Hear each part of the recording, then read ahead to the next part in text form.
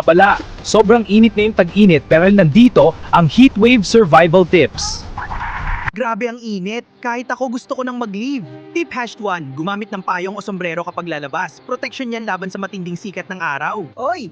Uminom ka muna bago ka maging tuyo. Tip 2. Uminom ng tubig bawat 20 hanggang 1 minutes kahit hindi ka pa nauuhaw. Breaking news. Pawis level 100%. Tip #3. Magpahinga sa malamig na lugar kung sobrang init. Diagnosis. Sobrang init. Tip #4. Kumain ng prutas o malamig na pagkain para makatulong magpalamig. Woof! Kahit kami naiinitan. Tip 5. Siguraduhin na may tubig din ang mga alagang hayop. Ako lang ang tunay na boss laban sa init.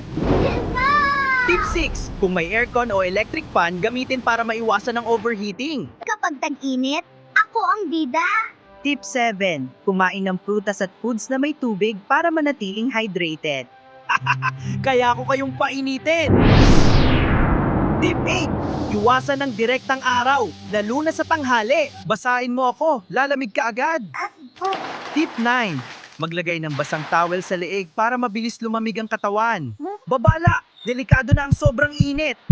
Tip #10. Kapag nahihilo o nasusuka sa init, magpahinga agad at uminom ng tubig.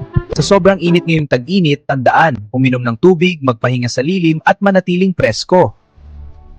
Share mo ito sa mga kaibigan mong parang natutusta na sa init.